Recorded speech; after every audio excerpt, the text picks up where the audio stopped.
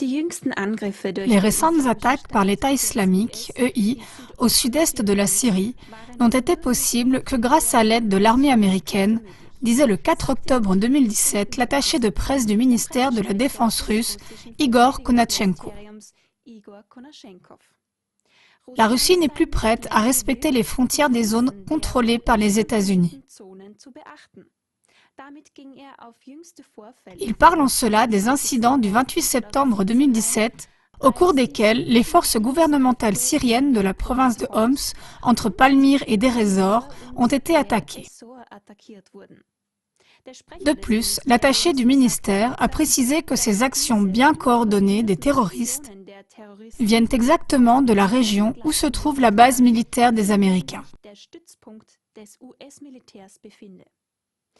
Ces actions révèlent qu'ils possèdent des données provenant des services de renseignement, données qui ne peuvent être obtenues que par des reconnaissances aériennes américaines.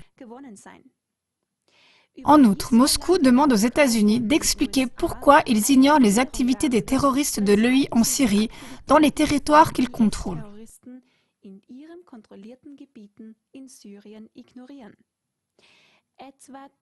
Début octobre 2017, environ 300 terroristes de l'EI ont pénétré avec des camions dans un territoire de la région d'Al-Tanf en Syrie, contrôlé par les États-Unis.